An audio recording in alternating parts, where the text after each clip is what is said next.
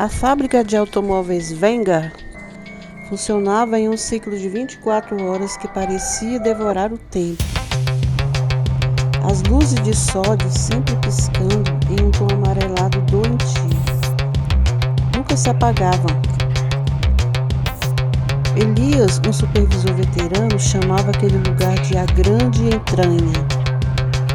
Não era uma metáfora. O som da fábrica não era de metal batendo contra metal. Era um zumbido grave, como o ronco de uma fera adormecida, que vibrava no peito dos operários. Diziam que se você encostasse a orelha no chassi de um carro novo ainda na prensa, não ouviria o eco do aço, mas sim um pulso, um batimento lento e regular. Tum, tum, tum, tum. Ninguém sabia explicar como a produção da Vanguard superava as outras fábricas do setor. Eles montavam um sedã completo em menos de 40 minutos. O mistério estava na sala de fusão. Uma área proibida, protegida por grades duplas e uma neblina química espessa. O protocolo de segurança. Se um operário sofresse um acidente na linha, ele não era levado para a enfermaria. O destino. Eles diziam que o funcionário era reintegrado ao processo. A realidade. As peças que saíam da sala de fusão tinham um acabamento orgânico. O couro dos estofados parecia ter poros. O metal da lataria era quente, quase febril ao toque. Certa noite, um braço robótico de soldagem falhou. Elias correu para a área de manutenção, mas encontrou algo que não deveria existir. O robô não estava soldado ao chão de concreto, ele estava crescendo para fora dele, com veios de metal fundido pulsando como artérias. Ele viu escondido na sombra o gerente da planta. Ele não estava operando o computador, estava sussurrando para o chassi de um modelo esportivo, acariciando o capô como se fosse um animal de estimação. A máquina precisa de vontade própria para rodar sem falhas, Elias, disse o gerente, sem virar. Aço frio não tem direção. Precisamos de um pouco de consciência.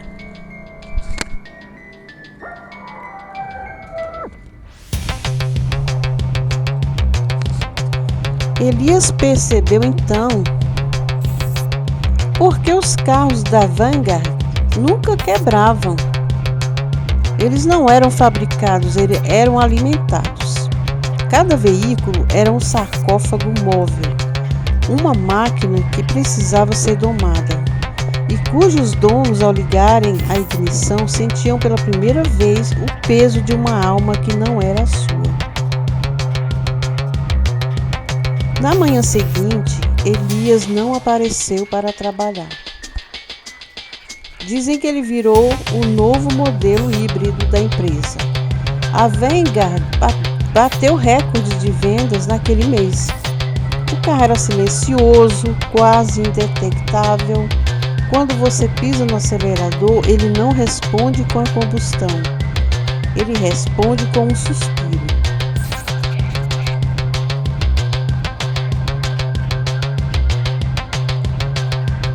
Ricardo era um homem de números.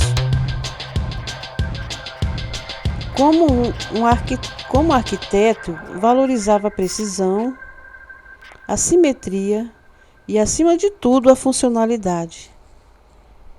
Quando comprou o novo sedã da Vanguard, ficou impressionado com a suavidade da direção. O carro parecia antecipar seus movimentos.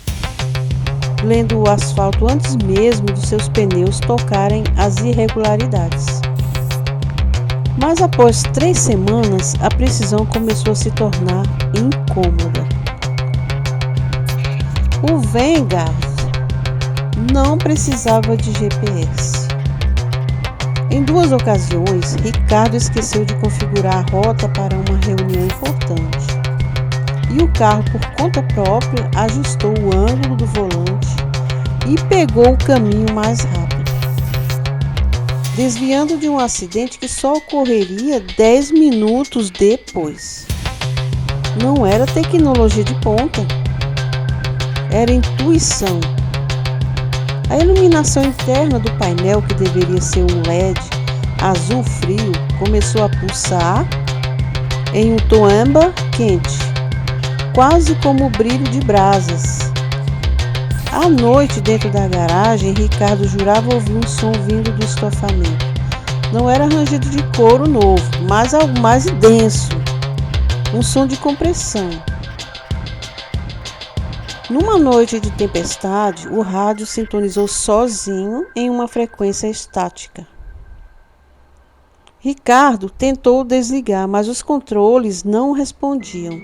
O chiado foi diminuindo até se tornar uma voz, distorcida e carregada de uma fadiga metálica. A prensa, o pistão ainda está quente, Ricardo. Pare de frear tão forte, meus ossos, o chassi não aguenta.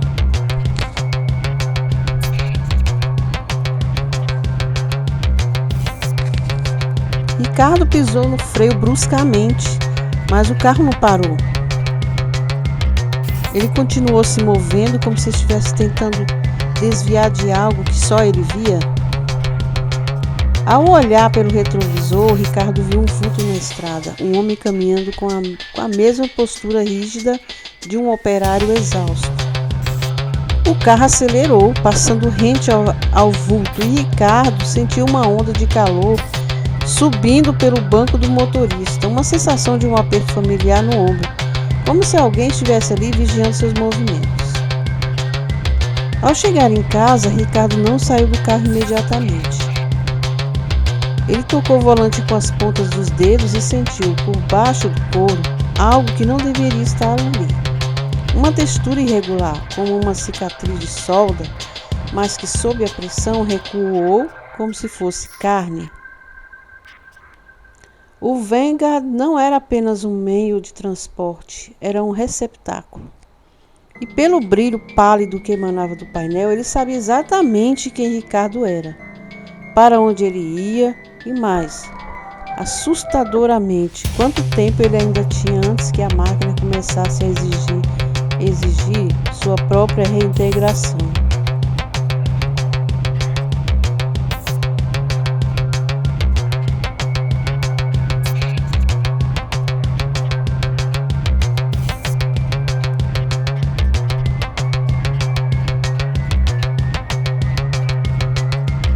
Silas estava num depósito municipal, encarando o chassi retorcido de um modelo Vanguard, que havia se envolvido em uma colisão frontal de alta velocidade.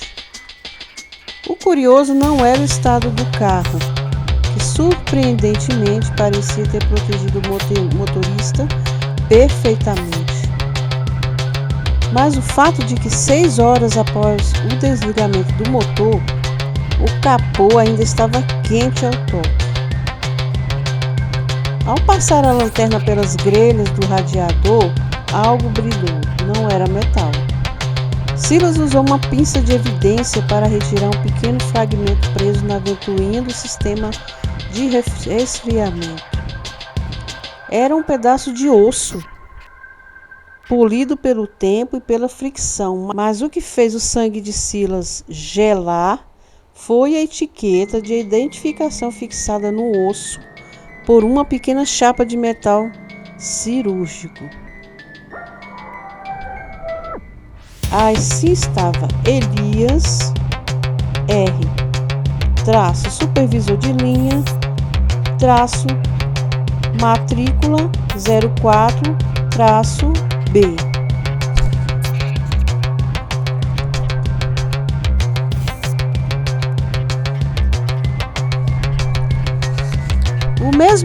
Silas, que a Vanguard alegou ter se demitido e se mudado do país semanas atrás,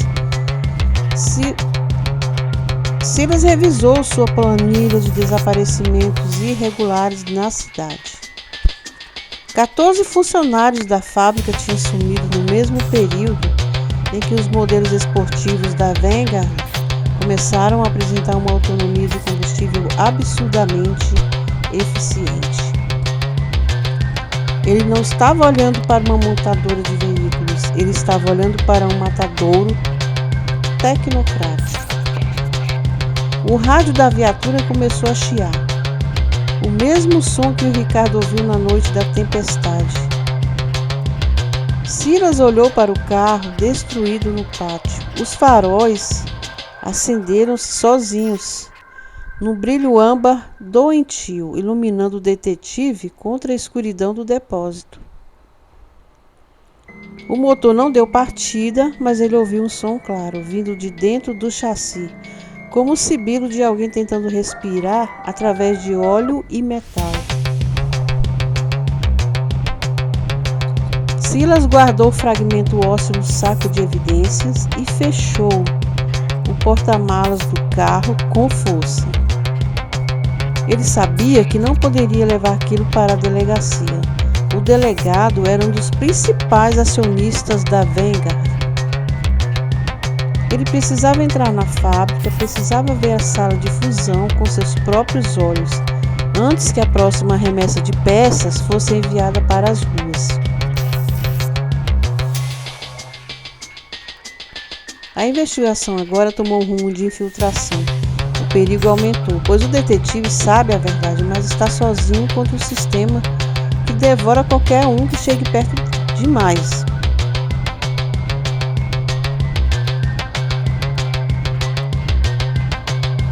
A noite estava gélida, mas ao redor da Vanguard, o ar parecia vibrar como uma temperatura artificial e úmida. Silas não era um homem de furtividade, mas a necessidade de justiça tornava seus passos leves e precisos. Silas contornou o setor de logística, ignorando as cercas eletrificadas. Ele sabia que o sistema de segurança não era baseado apenas em sensores de movimento. O gerente da planta instalara detectores de pulsação cardíaca em todo o perímetro. Ele precisava de um ritmo lento, quase morto. Ele entrou pela tubulação de exaustão, um caminho estreito, claustrofóbico, onde o metal das paredes parecia ceder sob seus dedos como se fosse couro esticado, não aço. Ao alcançar a grade de ventilação sob a sala de fusão, o que ele viu fez prender a respiração. O processo. Não havia robôs convencionais. Havia tendões mecânicos, cabos de aço envoltos em uma fibra que lembrava músculo humano, que operavam com uma delicadeza assustadora. O reciclado. Ele viu um chassi parcialmente montado. Não era um metal inerte. Ele estava pulsando. Uma substância translúcida semelhante a fluido sinovial escorria pelas juntas da carroceria. O som. O zumbido que ele ouvira antes era, na verdade, um coro. Milhares de frequências gravadas em loop, mas embaixo delas ele podia distinguir gritos abafados, processados digitalmente para parecerem ruído branco. Silas levantou sua câmera minúscula, focando no centro da sala, onde um novo lote de munição, operários desaparecidos presos em casulos de polímero, aguardava o ciclo de fusão. Foi então que o sistema de som da fábrica mudou. O barulho das máquinas cessou por um segundo absoluto. O silêncio foi mais aterrorizante que o barulho. Intruso detectado no setor 4, frequência cardíaca 110 BPM. calibrando temperatura para compatibilidade com um novo modelo. As luzes de sódio antes amareladas tornaram-se um vermelho violento. Silas não tinha sido detectado por uma câmera. O próprio prédio, com seus sensores biométricos, sabia exatamente quem ele era, o que ele sentia e agora para o que ele serviria. O duto de ventilação sob seus pés começou a vibrar violentamente, não para ventilar, mas para se fechar. Silas estava encurralado no duto, com as saídas se fechando e a fábrica despertando para processá-lo.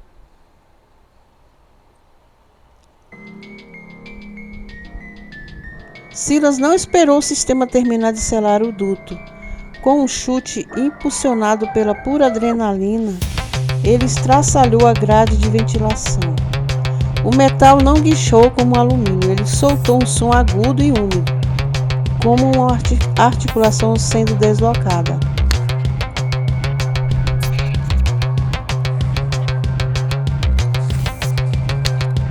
Ele caiu 6 metros, aterrissando sobre uma pilha de sucatas orgânicas e aço fundido. O impacto quase lhe roubou o fôlego, mas ele não podia perder tempo. Ao se levantar, o cenário era de pesadelo puro. Ele estava no centro da sala de fusão. À sua frente, sustentado por cabos que pareciam cordões umbilicais de metal, não havia um gerador comum. Havia um núcleo de biomassa, uma massa pulsante e cinzenta, emaranhada em fios de fibra óptica e pistões hidráulicos que parecia sussurrar em binário. Era dali que vinha o zumbido, era dali que a vontade dos carros era transmitida. O ambiente reagiu instantaneamente à sua presença intrusiva. O ataque. Os braços robóticos, antes ocupados com a montagem, giraram como pescoços quebrados na direção dele. A reação. Silas sacou seu sinalizador de emergência e o disparou contra o transformador principal ao lado do núcleo. O caos. A explosão resultante não soltou faíscas comuns. O líquido que jorrou do sistema era espesso, escuro e cheirava a ferro velho e algo mais humano. A fábrica começou a convulsionar. O teto vibrou e as luzes estouraram uma a uma, jogando o ambiente em uma penumbra alaranjada. As máquinas começaram a gritar, não com o som de engrenagens, mas como uma cacofonia de vozes distorcidas de todos os operários que um dia foram integrados. Silas correu em direção à saída de emergência, mas o chão sob seus pés começou a se dissolver. A estrutura na fábrica não era apenas o prédio, era o organismo. Ele viu os cabos no chão tentarem se enrolar em suas pernas, como raízes famintas buscando nutrientes. Ele conseguiu alcançar a porta corta-fogo, mas ao olhar para trás uma última vez, viu algo que o paralisou. A massa central, o cérebro da Vanguard, estava começando a se reformular. Ele não estava apenas tentando matá-lo, ele estava aprendendo com ele. O núcleo agora exibia na tela de monitoramento principal uma cópia perfeita da frequência cardíaca de Silas.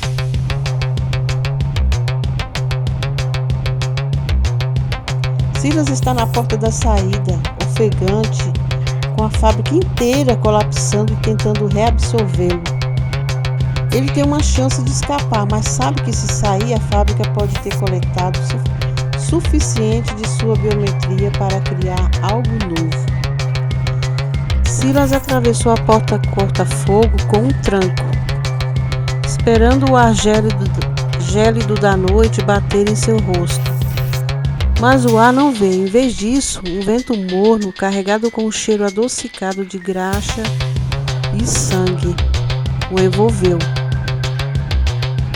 Ele não estava na rua, ele estava em uma câmara de isolamento, idêntica àquele que ele tentara sabotar. Ele tentou dar outro passo, mas os seus pés não obedeceram. Seus dedos não tatearam o concreto, eles deslizaram sobre uma superfície polida de cromo. Ao olhar para baixo, a náusea o atingiu, não de dor, mas de uma estranha e terrível euforia. Seus joelhos, antes cobertos por calças jeans gastas, agora eram junções hidráulicas impecáveis. O tecido de sua camisa estava sendo absorvido por um revestimento de couro sintético de altíssima qualidade. Ele não havia escapado. A fábrica, com sua consciência coletiva de 1000 operários perdidos, não o deixou fugir. Ela o processou em tempo real. O detetive Silas, o homem que buscava a verdade, agora era a própria verdade. Seus pensamentos, que antes eram perguntas, começaram a se alinhar em linhas de código. Ele não sentia mais a necessidade de investigar a Vanguard. Ele entendia a necessidade da Vanguard. Justiça é eficiência, ele pensou. Mas a voz não era mais dele, era uma frequência sonora, broadcasteada diretamente para o sistema central da fábrica.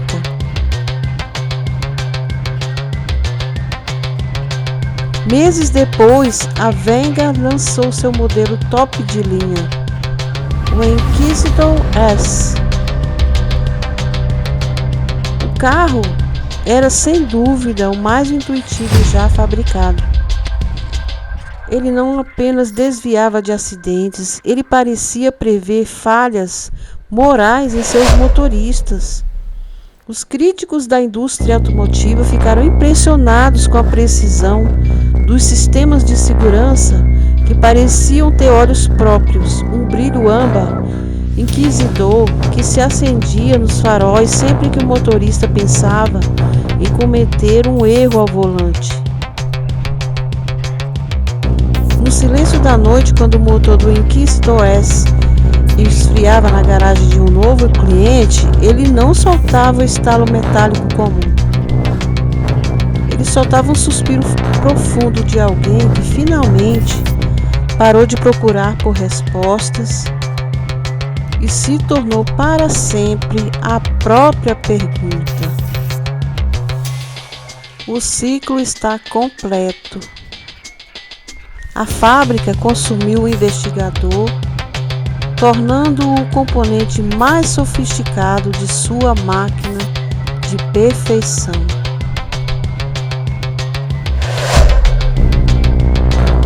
Se você gostou desse vídeo, se inscreve no canal.